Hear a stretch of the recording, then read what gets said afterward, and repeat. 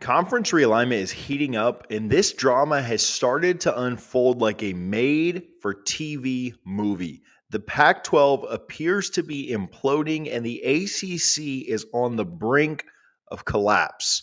Whether you're one of the crazy people on the On3 or 247 message boards and participating in some of the most epic threads in college football history, or whether you're just trying to understand what's going on, you are in the right place. We're going to talk about how we got here, how Notre Dame is a massive wild card, how this is all going to play out, and the benefits of joining the Big Ten versus the SEC. We've talked about this before. But to leave the ACC, the buyout is $120 million. The grant of rights is estimated to be between $300 million and $600 million. So to truly leave the ACC, it is going to cost the team between $420 million or $720 million. How we got here. Copies of the ACC's grant of rights were released and started circulating in June of 2020. After reviewing the grant of rights and ACC bylaws, sources determined that there's no specific determination of the number of teams required to dissolve the ACC conference. Many experts agree that it falls back to state laws, which in North Carolina is just a simple majority. Most experts believe that an 8 of 15 teams would be able to dissolve the conference. Legal theories emerge among insiders that because ESPN owns the grant of rights and not the ACC, FSU could leave and only end up paying the exit fee as long as they end up in an ACC-owned conference, such as the SEC, because ESPN at that moment would still control the rights.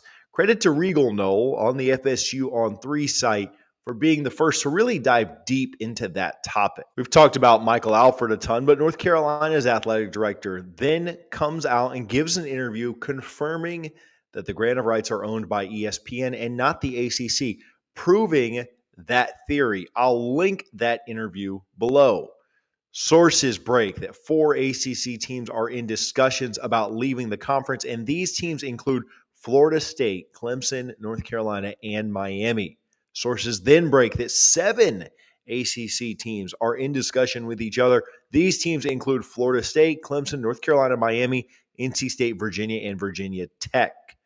Experts begin discussing the contract ESPN holds with the ACC, which is not publicly available. Many experts have agreed that this contract has a composition clause allowing ESPN to rework or void the ACC deal if valuable teams left the conference.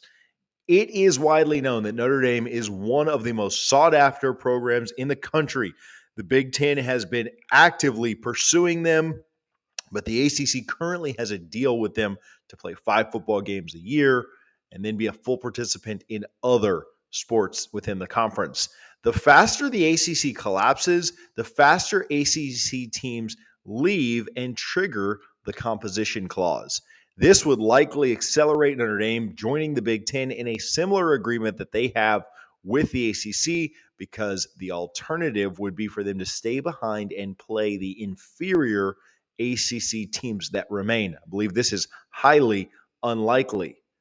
Next, Disney, the owner of ESPN, the network who owns the rights of both the ACC and the SEC, they announced financial troubles. The CEO of Disney announces that they are looking for partners to help share some cost, and it is expected that Apple, Amazon, and Comcast are in negotiations, and that Disney is planning to sell some percentage of ownership of ESPN to these, as well as consolidate some streaming services. The Virginia Attorney General, Jason Myers, then threatens to intervene if either Virginia Tech or Virginia make a decision which harms future prospects of the other. There is now an August 15th, 2023 deadline quickly approaching for announcing if you're leaving the conference before the 2024 season. And if you miss that deadline, you will have to play both the 2023 and 2024 seasons in the ACC.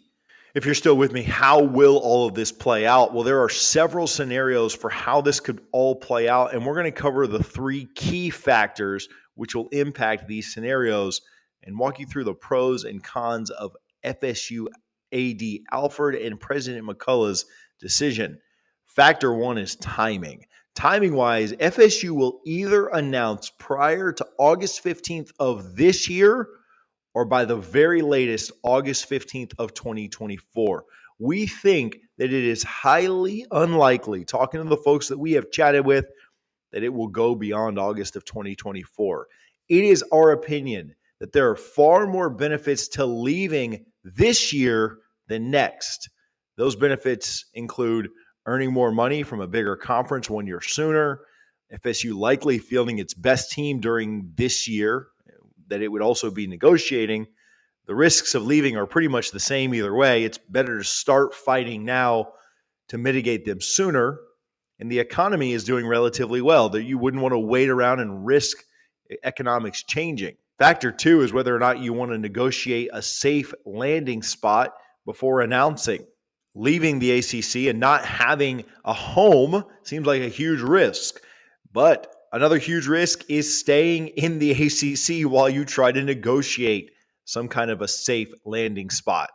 These types of negotiations could go on for years, and every year you are in the ACC is a year that you fall further behind. Also, this requires multiple teams and moving pieces to negotiate extremely complex deals in the shadows. These types of negotiations are complex enough without having to do so in back alleys. Being willing to take the risk and be the first would likely serve as a catalyst for other dominoes to fall. Factor number three is whether or not you can find 8 teams to dissolve the conference. Regardless of the first two factors that we discussed, we believe FSU will continue to try to find 8 teams to dissolve the ACC. To reiterate, we believe that they will continue this regardless of whether or not they announce prior to August 15th of this year or August 15th of 2024, as we think it is likely that FSU would still be able to vote after announcing their intention to leave. Why is the 8-team group still important? Well, if you can get to 8 teams to dissolve, you no longer have to pay the exit fee and you can no longer have to negotiate the grant of rights. As we told you at the beginning, somewhere between $420 and $720 million. Factor four is whether or not you land with an ESPN-owned property or not. Keep in mind, dissolve with 8 teams, and it doesn't matter where you land. But assuming you're unable to find those 8 teams, then ESPN would control your rights until 2036. If you move to an ESPN-owned conference like the SEC, the rights would remain with ESPN, and you would only have to pay the exit fee. If you move to a non-ESPN-owned conference like the Big Ten, the rights may remain with ESPN, or they may be purchased back or negotiated or traded. Now, there are some benefits to joining the Big Ten. FSU's brand is likely more valuable in the Big Ten. It's a larger TV payout due to the higher brand revenue. I think that you'd have bigger parity and better parity for college football. It's a better academic fit.